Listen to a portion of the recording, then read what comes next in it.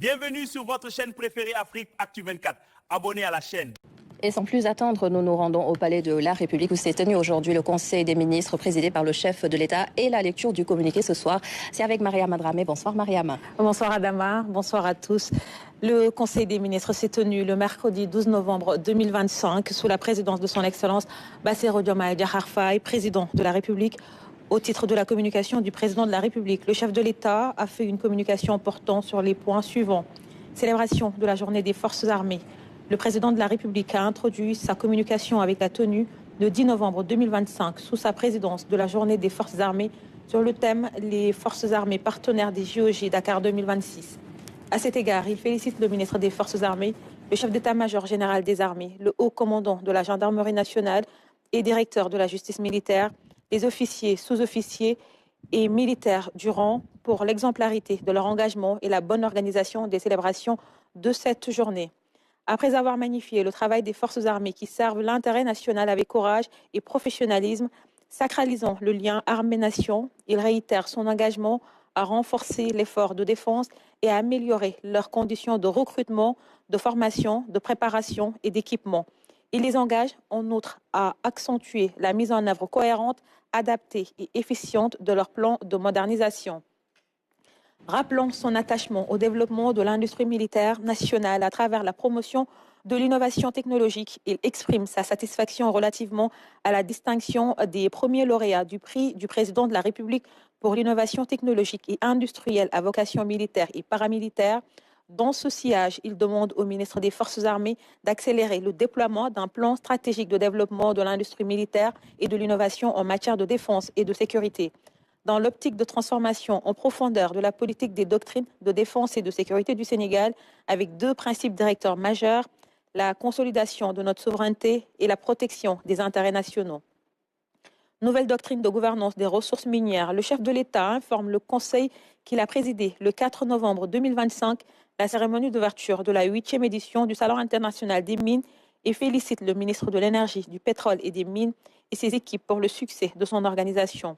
Il demande au Premier ministre et au gouvernement de poursuivre la restructuration et la transformation du secteur minier afin d'asseoir une gouvernance minière transparente, inclusive et durable et d'accélérer les travaux de finalisation du nouveau projet de loi portant code minier en vue de son adoption avant la fin de l'année 2025. Exprimant son attachement au développement territorial durable des zones d'exploitation minière, le président de la République rappelle au gouvernement la nécessité de poursuivre l'activation efficiente du fonds de réhabilitation minier et du fonds de développement des collectivités territoriales.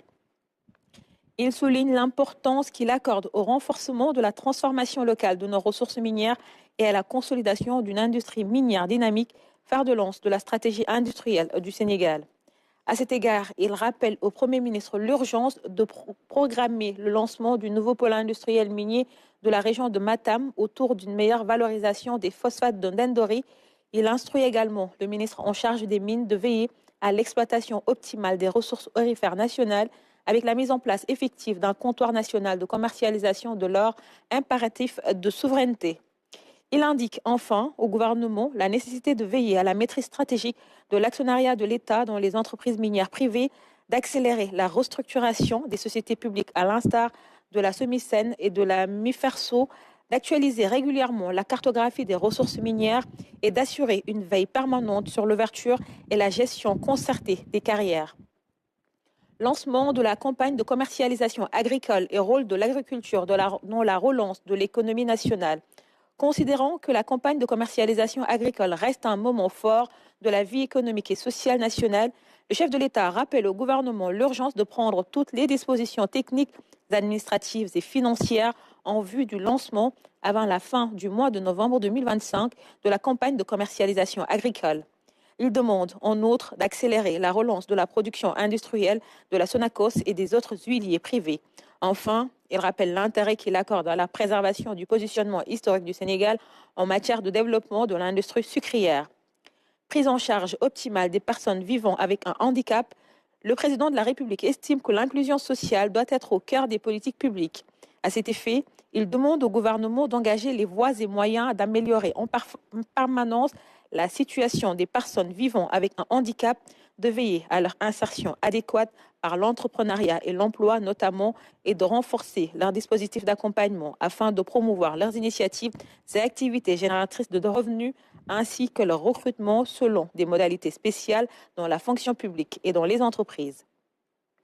Le président de la République demande aussi au ministre de la Famille, de l'Action sociale et des Solidarités de mener, avant la fin de l'année 2025, des concertations avec les associations et groupements de personnes vivant avec un handicap en vue de la mise en œuvre à partir de 2026 d'une stratégie nationale des consolidations du soutien aux personnes vivant avec un handicap.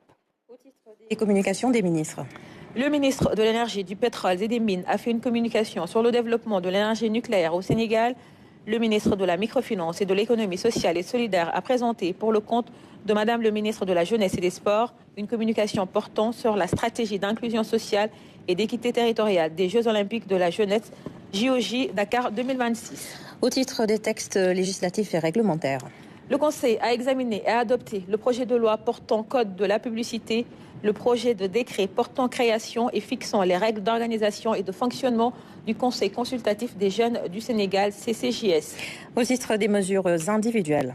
Le président de la République a pris les mesures suivantes. Au titre du ministère de l'Industrie et du Commerce. Monsieur Mamadou Lamine Ndiaye, commissaire aux enquêtes économiques, matricule de solde numéro 681 520D, est nommé directeur général de l'Agence de promotion des sites industriels Aprosi en remplacement de monsieur Amadou Gueye. Monsieur Moussaba, logisticien, est nommé président du conseil d'administration de l'Agence de régulation des marchés ARM en remplacement de monsieur Elhaj Malik Mbo. Au titre du ministère de l'Urbanisme, des collectivités territoriales et de l'aménagement des territoires. Madame Aminata Bandelouane, urbaniste, précédemment directeur de la planification urbaine et de la réglementation, est nommée directeur général de l'urbanisme et de l'architecture en remplacement de monsieur Abdoulaye Diouf, appelé à d'autres fonctions. Au titre du ministère des Pêches et de l'économie maritime. Monsieur Charfal, ingénieur des pêches, matricule de solde numéro 615 679B, est nommé directeur des pêches maritimes DPM en remplacement de monsieur Ismaël Ndiaye, appelé à d'autres fonctions. Et enfin, au titre du ministère des Infrastructures. Madame Adja Awa Soge Gueye, économiste, planificateur, matricule de solde numéro 663 795Z, est nommée directeur de la planification, du suivi, évaluation et de la prospective. Merci beaucoup Maria Madramé pour la lecture du communiqué du Conseil des ministres de ce mercredi. Les experts des droits humains proposent un plan d'action national de mise en œuvre des recommandations. Cet outil devrait assurer une meilleure protection de ces droits humains. Anaïs Nyanyamane. Ce processus d'élaboration du plan d'action national sur les droits humains offre une opportunité de renforcer la collaboration entre les institutions gouvernementales, la société civile et les partenaires techniques et financiers. Tous impliqués dans la promotion des droits de l'homme, leur souhait instaurer une culture des droits humains en Afrique. L'élaboration de ce plan d'action permet d'apporter une réponse concrète et coordonnée aux recommandations formulées par ces mécanismes.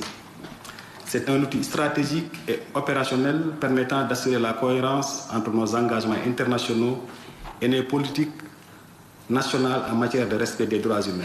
L'initiative qui est lancée aujourd'hui constitue une étape majeure